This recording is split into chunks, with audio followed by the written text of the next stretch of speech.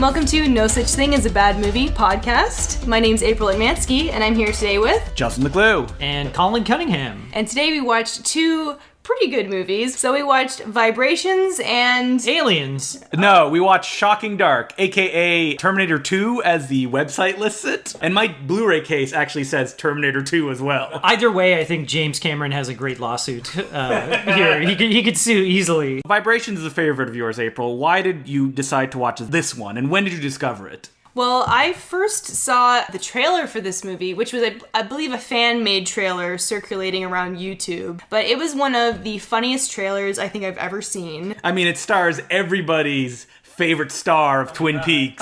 James Marshall. Who plays... What's his name in Twin Peaks? Is it James? I think it's James. It is James. Oh my god. Right. You know, it's probably because he couldn't remember his actual character's name. known in this movie, Trance. No, I don't know what his name is. Cyberstorm! I think his name's JT in this movie. Or J something. It's another, subplot of Twin Peaks, this whole, Cyberstorm techno thing. You know, it's when he drives away and leaves Twin Peaks for, the rest of the season. This is where he goes. We're getting ahead of ourselves. Yeah, we are. To give a brief synopsis of this movie, this is about a young man. I think he's a senior in high school. He's an up-and-coming musician. He's in a rock band. That's right. He plays guitar and keyboard, and he's got a very promising future. And one night, he gets a gig in Philadelphia. But unfortunately, on the way to the gig, he gets in a horrible accident with a bunch of drunken redneck construction workers. Who do what drunken redneck constructors do, which is trap the guy in, It's a backhoe with, a jackhammer attachment. The guy starts tearing his car apart with this jackhammer attachment, and then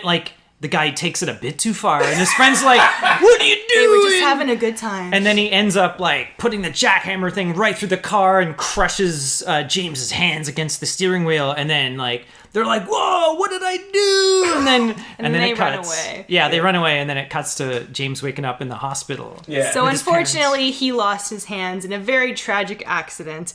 And then it kind of gets sad for a while. He becomes an alcoholic hobo.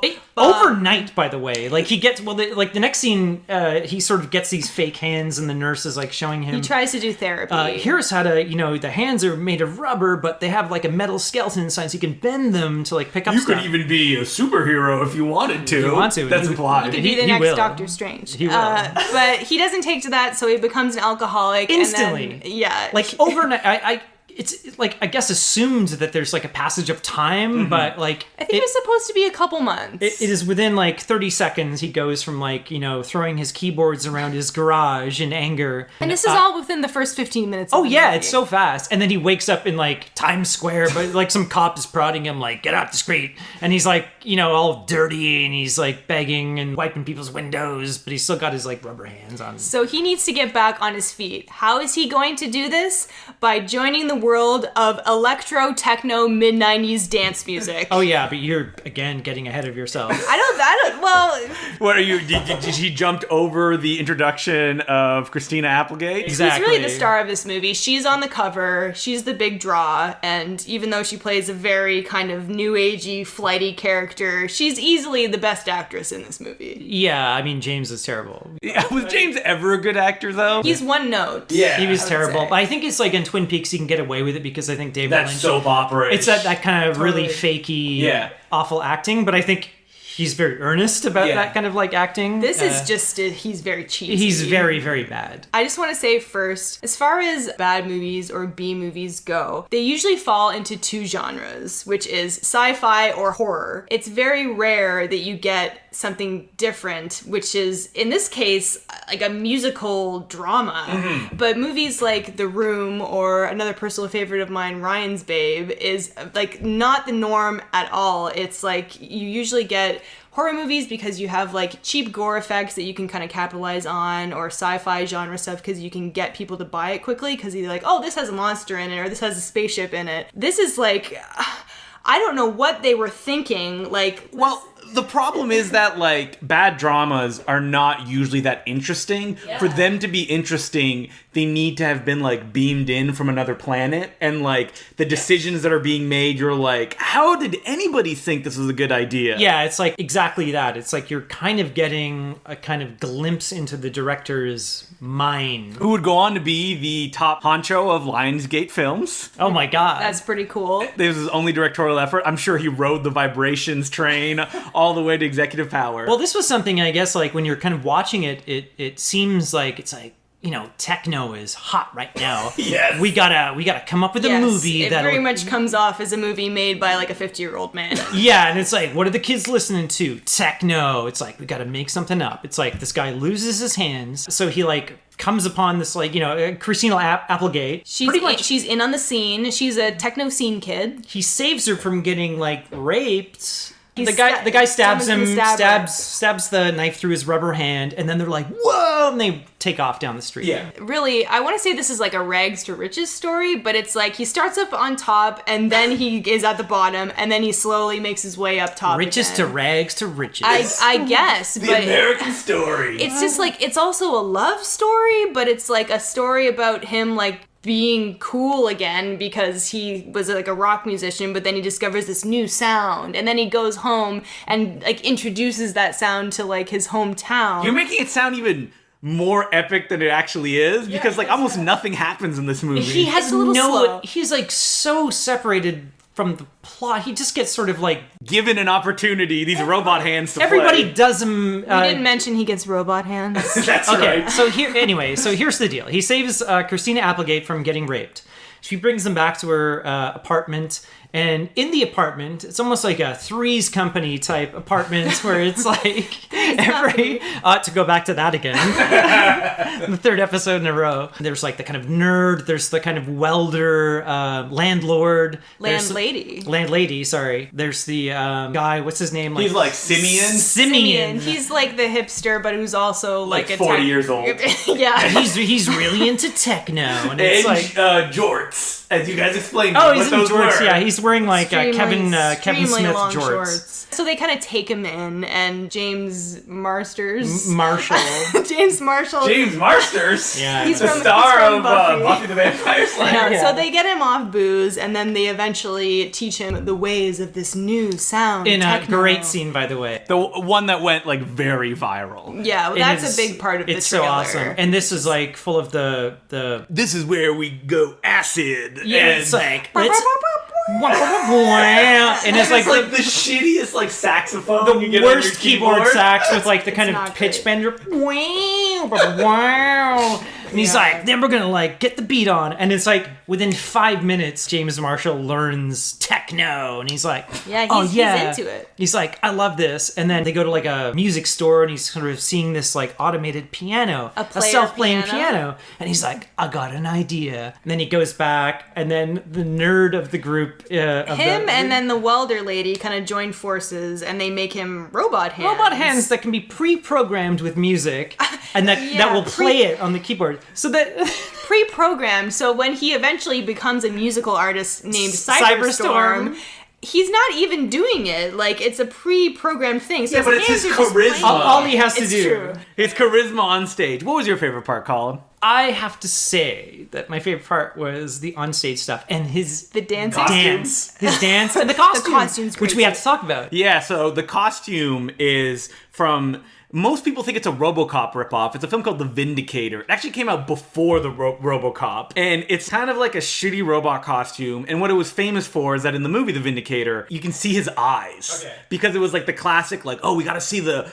actor's eyes or he can't emote. But it just made him look dumb. And the movie The Vindicator is not very good because this film is produced by John Dunning and Andre Link, who were big kind of movers and shakers in the Canadian film industry. They had a company called Cinepix, and they were most famous for doing the Snake Eater series with Lorenzo Lamas and Maple Syrup Porn, which was a softcore I'm sorry? pornography. You never heard of Maple Syrup Porn? No, Is there actual maple syrup involved? No, it's like really Canadian. is that like Canucksploit? Canucksploitation, but like the more like nudity and stuff like that. Not actual pornography. Like softcore porn. Softcore pornography. That's what it's called, is maple syrup. Syrup porn. And like, Wow. people who are fans of that genre hate it when it's called that because they're like, well, it's not really pornography.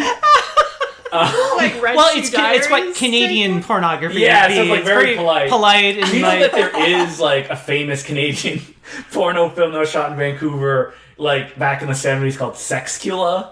And it's like that a Dracula woman thing? Dracula, and What? there's a gorilla in it as well. Oh, God! Yeah, a later entry for the podcast. But anyway, his onstage moves. Well, it's like... Nobody can see what I'm doing right now. I wish you could, but really, just like look up the trailer and oh my god, it's amazing. Yeah, I'm sure if you just look up vibrations. You can put it into And, words, and right? I'm 100% like sure that he's actually in this costume because he's method. He's such a bad actor out of the costume, and you The can like dancing is very the dancing is so awkward. bad, and he's like just sort of moving his hands, playing this. He's moving his arms. He's moving his moving his whole arms. body. Because like his performance starts with him like just laying it in. There's no like build up. He just goes right. He walks into on it. stage, and then he like lifts up his hands, and his fingers are going. Okay, if you can imagine how like surgeons wash their hands. Yeah, they do. Yeah, Before exactly. they do surgery, They where do. they're just like in their palms are facing them. That's how right. he That's right. holds And his hands are up in the air, but the fingers robot are hands. they're going. And people are like, They're like, it's yeah, gotta go, yeah, like, Cyberstorm. Yeah, and what kills me is I believe, don't quote me on this, they have real like techno artists in this movie. There's like three of them, I think, that were listed in the throughout credits. the whole movie. Yeah, and yeah. their music sounds a lot cooler than what Cyberstorm ends up doing. I don't know what Cyberstorm was playing. It's pretty cool. Cyberstorm It's is almost like it's like like jazz. no, it's almost like classical. Like they're doing Yeah, like it's like this yeah, and over these like like beats, whereas But you can everybody tell- else is like doing kind of like I don't know, like proto. Well, you can Beastie tell like Boys all their stuff. music is original, and then it's like Cyberstorm was done by the guy who did the music for the movie or something. Yeah, So it's not a real it's- artist. And like Cyberstorm, when he plays, he like lays out on the keys with these like fat sausage fingers that there's no way. There is one scene, I swear to God, Justin, they show a close up of his fingers. Each one of his mechanical robot fingers, I swear, is like twice the width keys. of like one key. Maybe it's just like a mechanical piano though. Maybe he's just like miming playing He's not the keys. playing it at all. He plays the keyboard. And then, like, it's as if the energy of the music is too much for him. Yeah. That, like, he lifts his hands up and he just kind of, like, moves like a Frankenstein monster.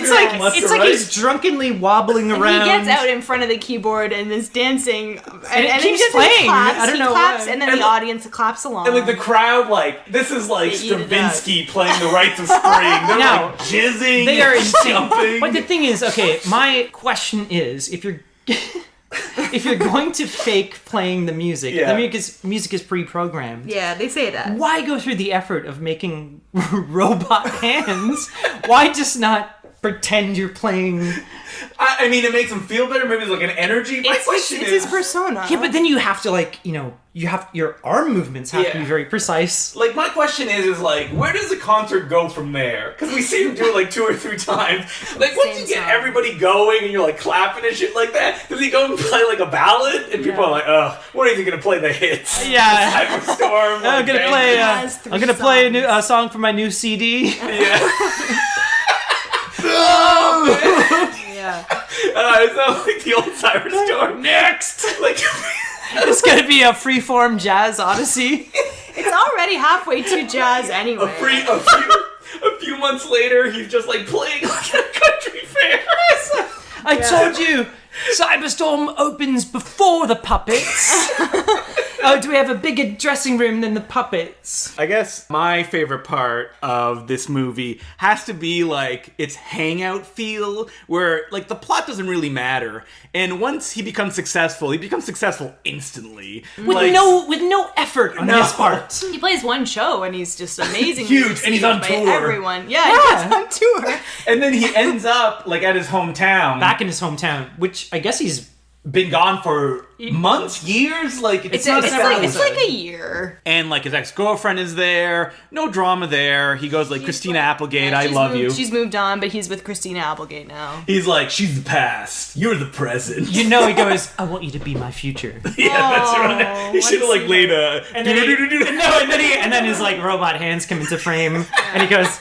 She loves those robot hands. Yeah, and so like he plays his final show, but while he's there, he realizes, oh man, the people that crush my hands are the security at the show. Now, this idea of revenge is not like something that has ever bothered him up to now. It hasn't consumed him. They haven't even mentioned Yeah, he's never said like, I'm gonna get those guys that got me. I think there's like one shot of the dad after the hospital scene where he's like on the phone and the dad's like, you gotta take this seriously, we gotta find these guys, and he can't give me like a good description. They can't find him. And his dad is a police officer, but that doesn't really matter. No. Because what Cyberstorm does is he goes and lays some sick beats down and gets all the people. He traps the security guards, the hillbillies that ruined his hands. Sets a trap for them. And he goes, go down to the green room and have some beer and whatever. And they're he locks so the door. excited too when they get there. They're like, beer. oh man, give me some meat. It's the best craft services. But then it's like his nerd friend had built this like super amplifier, which is sort of like set up at the beginning of the movie. But it's almost like it's playing like a high pitched sound that only dogs can hear. It just or hillbillies. Yeah, it boosts. It's just in that room. Yeah, and he sets all these speakers up in the room, and he locks them into the green room, and then they're like holding starts their playing hands his on show. their ears and going, ah. Yeah, he's playing so powerfully that like the people who heard him are like, no, make it stop. They're like trying to burst out of the room. They have no energy. And then as he's playing and he's feeling the groove, he just looks at Christina Applegate, and for some reason he decides like, I guess I won't kill them, and just knocks it out. Because he was when he turns off the super amp. He realizes that love is more important. And then they bust out of the room. They break through the door. What is Christina Applegate like doing in this film? Like her role is she's a merch person. That's all she does in the movie. Sells t-shirts. She has like a relationship with the owner of the techno club. Techno club, but that's over. She's a very new agey kind of hippie. Like, you know, oh, I broke up with you because our energy wasn't right. Can you feel the energy and all this sort of stuff? You have a real negative energy, and I'm just not feeling it. Like I said, that like this is the kind of relationship they'll have like 2 kids in like a year, and then like they'll break up and it'll be like really awkward. But the kids will have like robot hands. They're just born with robot hands, or does like James cut them off and he's like, "You shall be my children. We're gonna do harmonies." They'll actually have robot hands. He's like, "Hey, you know these hands? They can hold 5 megabytes, man." Like one of the kids, one of the kids will have like the full like Cyberstorm suit, whatever, like just born in the Cyberstorm suit. You know what they say? If you make love in a costume, the child is born in that costume. Well, I don't know about you, but that's how it is. So Vibrations is a weird movie that like it has a cult following, but not as big as you would think. Because you saw this movie, April, in a theater on film, and like the audience like lost their minds for it. Didn't they? It was a really, really energetic screening. It was a 35mm print. Mm-hmm. It was about last year in Toronto, and it went over really well. And was it afterwards, or was it during the movie that people were like? Afterwards. People were dancing. They were doing aisles. the Cyberstorm dance in the aisles, like lots of people, and it was really fun. Like it's crazy that it hasn't taken off more than it has. I'm kind of shocked, but the thing was like rewatching it now, it is very slow and kind of, and James Marshall is not a good actor. I do love his like curly, like dyed hair. But that's a choice. So he just lacks charisma. But that's what makes it so good. It does, but it's just very. I don't find it as slow as other people. I get why people think it's slow, but I find it entertaining like the whole way through. It's as far as like a soap opera that has this weird techno thing in it. Yeah, it's. I mean, I'm very excited by all the different ways he can use his hands. Like he stops a knife. He holds his hand. Gets fire. Over fire. And we should point out it's like a gas leak. Like the special effects in this movie are like anytime he looks at his hand, his elbow will be out of frame, and someone's like holding up a fake hand. It's clearly like a rod puppet that somebody has. It's very, very. But it's so funny. The whole movie, he's wearing these gloves with like kind of rubber seams down the side. So they're like they're just his hands. Supposed to be like fake rubber hands. I kept expecting them to cut to like a stop motion like shot of his hands. That'd be amazing, like Darkman or something. They don't have the budget for that. Oh, that'd be so good. So the other movie that we watch is Shocking Dark, and this is a movie I've known about for a long time. I had seen clips of, and it was recently put out on Blu-ray by Severin Films. You mean shocking ripoff? Yeah, this is a film directed by Bruno Mattei, a guy who's famous for making Zombie 3, which he took over from Lucio Fulci when he got sick.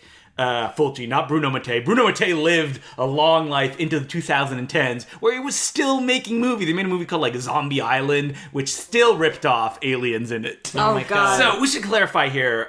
Shocking Dark, also known as Terminator 2, is a page-for-page ripoff of Aliens. Like a line for line, sequence for sequence. Up until the last scene. Yes, where suddenly Terminator comes in. Yeah. So this is a movie that, when people think of Italian exploitation, they love this idea of colored lighting and smoke, and it's atmospheric and it's still cheap and everybody's dubbed. Well, this movie is real cheap. The camera's locked down like an Ed Wood picture. Yeah, it's a lot of wide lockdowns. lock-offs. And for some reason, and I don't know how this happened, there's no dubbing on this movie. It's all on-location sound. Yep. And these people are not actors. They're not actors, but they're American. Yes. Which Well, is kind well, of. some of them are Italian, but it's There's one or two, mostly I think. American that would appear. So the plot of the movie is it's Venice in the future, and this is established by Venice with Vaseline over the lens and a little sign that says danger. Yeah, well, how does it open? It opens in the present Venice day. in present day, A and then blurry something shot of Venice. Yeah. Something happens, and then They're this is Venice today. Yeah. Oh, and that's this right. is Yeah. Venice, I guess, in the future, 2000, probably 7 or And it something. looks yeah, and then like it cuts to the cloudy. same Venice shot, but it has a haze filter over the lens. So it's a not quite post-apocalyptic, but there's been some kind of possible yeah, no. nuclear accident. Or And so it something starts like with the that. guy running through the tunnels being oh my god, something's happening, something's happening. Yeah, you're not sure what is going on. And then he's oh, I heard a sound, I should go and check it. Okay. And so this movie's supposed to take place in the underground of Venice, but it's just in a nuclear power plant. That's where they shot it. And they say it in the end of the movie in the interview we we watched. watched, Yeah, yeah. it was shot in a nuclear power plant. So you're not Can't quite tell at sure where the hell this is supposed to be or what is supposed to happen, but these people are running from something. I guess It's a aliens monster, or yeah. mutations. Yeah, that's right. And, Who look like Man-Thing. If you know the Marvel comic, it's kinda two beady changed. red eyes and a big long nose. Yeah, I think there's a couple of designs. There's ones that look more like a squid, and then there's ones that look more like the traditional alien. And let's not forget our favorite, the River The Beast. River Beast. River There's Beast. one that has exactly. From Don't Let the River Beast Get You, the classic Mark Farley picture. Yeah, so these guys run away and it's "Ah," and it's they're looking at the camera, the security camera, help us, and Yeah. then aliens get loose or Mutants. It's supposed to they're be mutants or something. Yeah, I don't know if they actually say it, but I think it's supposed to be they'd say it later, company was doing experiments and Let's remember which company, the tubular company. the tubular company. Yeah, it's a spin-off of the Radical Company. That's Yeah. Italian people, I guess yeah. people say tubular, right? That sounds sci-fi. Well, this is funny because, it looks amazing. It's a great restoration. I've only known it as a shitty Laserdisc rip with Japanese subs burnt in. Before the movie even started, the plot, I was okay, maybe this is 82 or something like that. Yeah. Nope. 89. 89. The same year that Yeah. Indiana Jones and the Last Crusade came out. And Classic movie. Is that the movie that you associate with 89? 89, Last Crusade? Last Crusade, I would say The Abyss. Batman. Yep. I think of UHF for 89. Ooh, classic movie. Was that 89? Yeah. Oh my god. That's why it failed, because it went up against so much competition. Batman in the Abyss, UHF. But I'm just thinking of all these movies, and I'm looking at this movie, and I'm man, this seems like it's from another era. Well, it has that real cheap feel, right? Yeah. Every shot. There's no imagination of this movie. No, it's especially as the film kind of devolves as it goes along until it's line by line of aliens. it is Yeah.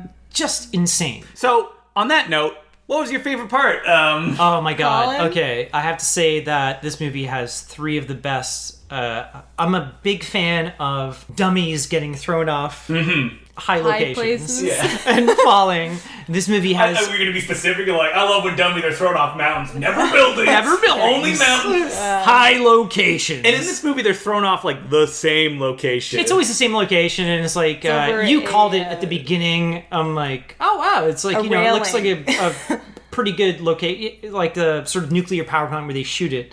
Hallways, just pipes everywhere. And then you said like, well, hope you like them because you're gonna see a lot. Get used to them. You're gonna get to see a lot of them. Basically, the whole movie. The whole movie is them just like wandering around these like tunnels with like pipes and stuff like that. It makes me sad you never see a dummy like hit the floor. Wait, no, you do. You do. You do see one hit the floor. Well, you see one have a little bit of an accident. Well, this is amazing. Okay, so I think the first 2 dummies are like results of like the aliens smack. They just sort of cut to these rubber hands going.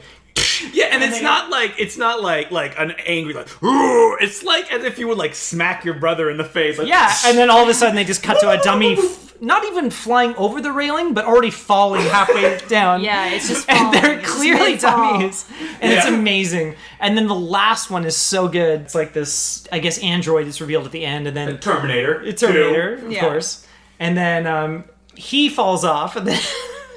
Halfway down, the dummy's head hits a pipe, and you see, I think it's the toupee on the dummy. I thought it was the whole head. I think, but maybe it was just like the top of his head. Yeah. It's just the top of it's the dummy's head, or it's the toupee, and it just shoots. It flies off sideways. It shoots off like a rocket. That was part of like the robot. It's almost like this big plastic like toupee, and it just shoots off like a rocket. And you're like, oh my god, it's toupee! And then it cuts to the actual actor hitting the floor, and you're like, oh, his hair's back on. Yep. That was so funny, and nothing cracks me up harder than like a good dummy falling. But that was his body rejecting the toupee. It's like how you can have an organ transplant, but you reject it. You have to take you have to constantly for the rest of your life take anti-rejection pills. That's right. For your toupee. You have it's like in The Simpsons. We're joking about that, but there's probably a guy who just got a hair transplant. No, it's who's true. like, I'm taking medication. It's like in The Simpsons when Homer gets like a snake's hair. Yeah. Would you consider getting a toupee? Would I consider getting a toupee? Probably not. No. If you woke up one day and all your hair was all gone. Well, I would just wear a wig, but I know that they have wigs that like snap on with buttons, and you glue buttons to your head. Yeah, I saw a thing on TV once. If I could just take pills and like have a toupee attached to my head like snakes, I would 100% do it. I might do the button thing, but it's like you have to glue it to your skin. But why would you want to snap put it on? But because why then you could take it off. I guess. But that's so weird. It feels like an action figure. Yeah. Like you put like the gun or the sword. I would want that because as a woman, I could change my hairstyle. I wouldn't have to be like, I have to commit to women this can one. do that. They have wigs. Yeah, That's what I'm saying. This is basically a wig. I don't have to get a hair transplant. It's a wig, but you can go on like a roller coaster and not be afraid that it flies off. Unless it like pulls all your skin off. As a man, you could hit a bird like Fabio did that one time. Oh yeah, I know. You'd hit a pipe and it would rip your your scalp off. That was like a big like 80s special effect, like the scalp rip, and you see like the head. I love that. Yeah, you don't see that anymore in movies. No. Really, scalp. You don't see a lot of practical stuff in movies anymore. Never, and it sucks. Thanks to you, Colin. Hey, I've never taken away Your job from practical effects people. Practical effects people. If people don't know, Colin works in visual effects. We say it every episode. He's worked on such movies as Spawn and Wolverine and the Origins. RoboCop TV show. Yeah, that's right. This is a very popular show. And the I've never RoboCop seen, remake. Was that a thing they wanted to continue, like the feel of the RoboCop series? It was like Get Me Colin Cunningham. Yeah, it was the guy who did like, what was their TV show called? Like Dark Justice or something like that? No. You're talking about the TV movies they did. Yes, I'm thinking of that. I'm talking about back in 1994. What's that? What was that? It was called RoboCop the series. Oh, wow. It was an actual weekly series. So what special effects did you do? It was my first job in the industry, and then RoboCop had this like, it was like a kind of puck. Yeah. Looked like a puck with blinky lights, and he would kind of throw it, and it was magnetic, and you could like throw it and stick it to things and then shoot it, and it would blow up. He's like, reboot, beep, beep. What was the thing that like... Glitch. Glitch. Oh yeah, okay. Glitch. So when you started in the industry, I know we're off topic, but this is fine. Right, okay. Were you like, I'm working with RoboCop, all my dreams are coming true. What will the future hold? Maybe I'll work with Wolverine one day. My favorite movie, I think, at that time was RoboCop. Yeah, Like, so this was loved- like a dream. So this was just like, oh my god, I can't believe this is happening, and I'm working on it. And you're like, oh, it's Peter Weller in the suit. And they're like, oh yeah, kid, yeah. Kid sidekick, you say? Oh, it's on what, CBC? I CGI'd myself in. I hope you don't mind. Oh, it's terrible. But then I think they used the Basil Polidor's theme song. Did they? Oh, that's so sad. For the end credits. Because all it does is you watch this like super shitty like RoboCop, Just like, the worst. and then you hear like the theme song. And go, oh yeah, I remember RoboCop. But then what they did is they actually got the singer like a MIDI version. The singer from the Eagles. Wait, to sing over the to actually make a song. I forget what his name. Joe Walsh. And he made a song, and there is a music video online. Is he like No, it's RoboCop? It's called There's a Future to This Life. And I'm not even joking. It's like you can look up the video on YouTube. Wow. And RoboCop is in it. This life. There's a future to this life. Bow now. And you can hear your vocals in the back doing the harmonies. Yeah, it's like It's not bad. It doesn't sound too bad. but it's like RoboCop is in the video. He's walking around. Giving high fives to wrestlers and shit. I remember when Joe Walsh came to Toronto to play at the Sky Dome. RoboCop came on stage. I'm not even joking. No way. He did. And were you like, you're in the audience and you're I like, was so embarrassed. Wait, were you there? No, it was on the front page of the Toronto Star. Joe Walsh. So he played extra, that song. extra. It was like Richard Eden. Wait, what's sadder? That RoboCop was on the stage or it was front page news in Toronto, Canada? Violent crime here. That's Detroit's hero finally in Toronto. It was like, the worst. But I think it was like, I think it was the actual actor who played RoboCop, Richard Eden. Well, yeah. Well, it wasn't just like, hey, can I borrow the suit for a day? Like, Go out and like be Robo, but just for the one song. one song, yeah. And he just came on stage with He's like, it doesn't but up after this. Thank you for listening to the Colin Cunningham retrospective show. This was episode 1. Here, there's one more part. Okay, so we're working late on the RoboCop studio. You're like, it's worth it. And his name, bringing RoboCop to the world. his name was Richard Eden. He was the actor who played RoboCop on the TV series. So we had a TV screen in our office. It was a very tiny office, and it was in the studio, so where they shot the show, whatever. And it was really late. It was like 11 p.m. or something like that. We're watching kind of like dailies or whatever, and then me and my friend just started singing like, "It's Richard Eden, he's over there. Now look, he's over there." Never got old. Months working on this show. And who walked in the office right as we were singing it? Richard Eden. But that's not really embarrassing, is it? You weren't singing it to him? We were like, singing it at the TV screen. You assumed he was there. You're like, there's Richard Eden. And the actor was like, oh, God, We who were cares? making fun of him going like, "Oh, I'm RoboCop, blah, blah, blah, blah." And then he walks into the office and he was like, "Hey, I thought guys." you were friends. He goes, "Hey, guys, what's going on?" And we're just like, "Oh." Wow. It was so embarrassing. What movie were we talking about again? Right. cares? Shocking Dark. That was in 1994. This will be on the Patreon extras. All right, so what was your favorite part of Shocking Dark, not Colin's experiences on the RoboCop Not TV the show? RoboCop TV show, which I've definitely never seen. Shocking Dark. I'm gonna say the costumes. They had some pretty good jumpsuits. There was a woman that looked like Molly Ringwald, who was our Ripley surrogate woman. I like to call her Ribley. Yeah. She was the worst actress. She was the wasn't worst out very of all of them, good, and I yeah. was like getting worried because all of them were dying. I'm like, oh no. She's like the main character.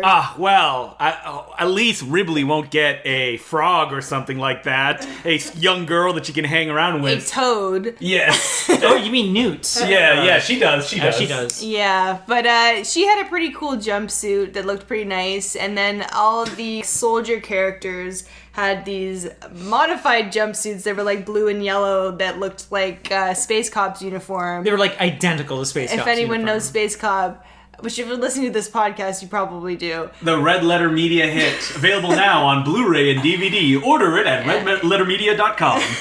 But they also they all like modified their costumes. So one guy just had like several star pins on it, but they didn't all match. That was Captain Bedazzler. Right, Yeah. so they were like, if you were like a 16-year-old girl, you would put these stars like on your jeans, and it was just like, is this supposed to be like futuristic? It And was then, basically, if you were like a 5-star general, you'd have the stars on your shoulder. this was just in front of his heart, but they were like drooping lower, Kind of in, lower like, as it went random- on. Yeah, like in a and random they didn't all arrangements. match. And then like another person had like like a patch sewed on the front and the back. And I don't know, that's all I got to say about the costume. Well, that was because they were like okay. What part did you love? The costumes. They were fine. they were fine. Yeah. That was I mean, we would get excited every time we spot something that we recognize, like Bedazzle Man, or like the eagle on the back Yeah, of yeah, something. it got to the point where it was just like we were calling every single scene. Okay, it's like he's gonna do this here, like just like in Well, you Aliens. were. I don't know it's Aliens like that he's well. gonna say that, and I was almost like just a second behind them, going like saying the lines like da da da da da, and it's like Yeah. holy shit, they're line for line. And then we watched this interview afterwards, and they're like.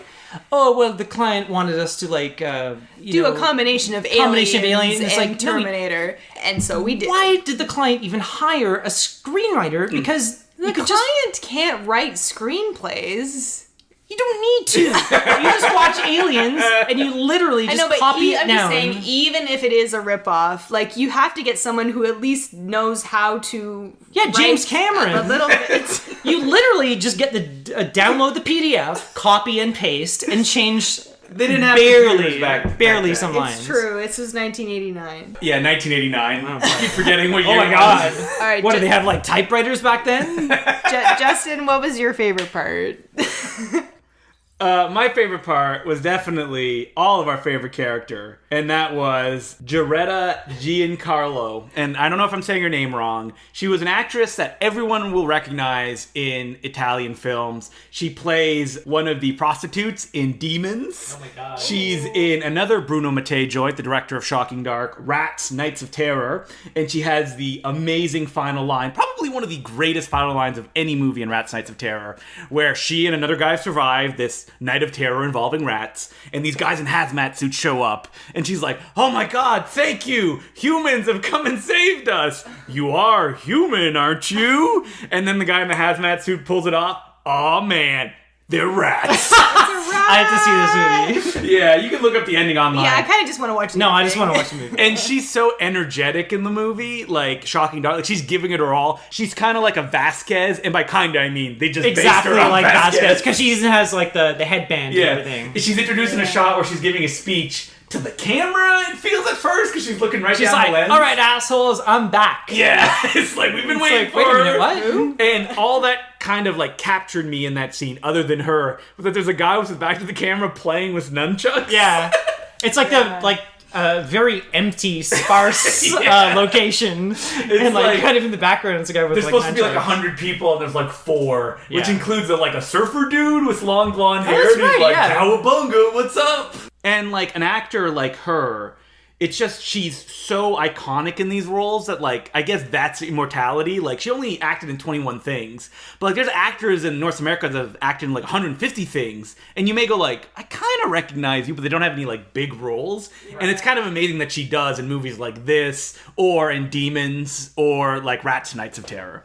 Yeah, she's like a badass chick, and unfortunately, she's awesome. she She's only like- lasts about halfway through the movie. Yeah. Spoiler alert. Like a monster hand pops out of like the shittiest like cocoons ever, which are just Oh, it looks blankets. like yeah, it looks like it's cobwebs. Yeah, but that's right. They're looking a little fuzzy. it's like an alien when she's like, it's like kind of fiberglass goo that she's like cracking, and it looks like Sigourney Weaver is really like putting effort into ripping these things This off. is just like This you is just barely like, touch this it. is cobweb. Yeah, they went to the Halloween store Yeah, and they exactly. got like they those just have, piles like, of cotton stuff. and stuff. It's really funny. But we didn't really mention like the monster effects, which are not bad. I like the monster effects, even though the director in the interview on the disc says the monster effects are the worst part. Yeah. Sorry, Well, buddy, no. director of Troll 2. She was the screenwriter, and Yeah. she was claiming that the monster effects were the worst thing. Ruined the film. And they're the best part. I'm sorry. No, your script was literally a copy and paste job. How dare you? But they had a couple different mutant costumes. Yeah, it was like a couple of different designs. They It had looked like- the Terminator How do they- ripoff had like a cyborg face. Yeah, because we forgot to mention that the end of the film It goes back in wraps up time. with a explosion of the base, like a certain film with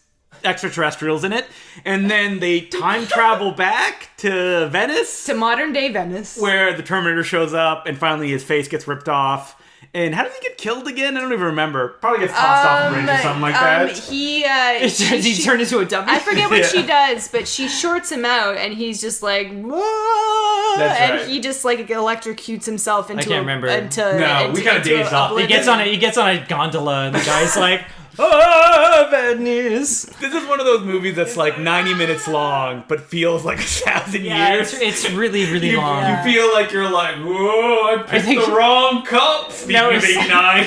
It's like your hair is growing. It was like the very day you had the big like gray wisp through your hair. Yeah, exactly. Yeah, but it was like I think you had said at the end after like they took the time portal to like Venice, you're like, and now we're entering hour 4 of this movie. Act 10. Act 10. It just keeps going. Yeah. I mean, Aliens is 2.5 hours, so why can't this movie feel like 9.5? Hey, why not? Is it really? No, it's very long. 9.5 hours. Aliens is almost 3 hours. 2.5. Yeah. What? Yeah, it's really long. Especially if you watch the director's cut, which I don't I didn't recommend even know that. anybody watch. So next week we're going to be doing Aliens. Oh my god, I can't wait. Aliens and Terminator. Like, hey, this movie fucking ripped off Shocking Dark. Yep, that's right. Exactly. Where can you find vibrations? Everywhere you look, April. Well, okay. It's in the air. You feel Yeah, it. man. Can't you feel the vibrations? That's what she was talking about the entire movie. Oh. It's like, can't you feel the energy, bro? Vibrations. Vibrations. It's a little hard to track down a DVD or a VHS of it. Even though that on Wikipedia it says that it was one of the first DVDs to ever be released after Twister. That is shocking to me. It's In shocking the dark. dark. Let me hit the lights off. You can maybe find a used DVD of it In the garbage somewhere? Perhaps. It's due for a wide release. I was lucky Yeah. enough to see a 35mm print of it at a screening, so I they're out there happening. It feels like Scream Factory, or sorry, Shout Factory Shout would put it Factory. out. Oh, yeah. It's like a painted cover of like Cyberstorm. Oh, it'd be Like, amazing. I think one day it Oh, could man. happen. The t-shirts. Oh, yeah, there's t-shirts in the movie, these Cyberstorm t-shirts. Somebody needs to make that happen. Yeah, you'd have to take the photo or recreate the art, but it's like ready to be made. Yeah. It would be a great inside joke between you and your friends. Who And then you all two love of you. this You movie. wave your hands in the air, you're like... Yeah.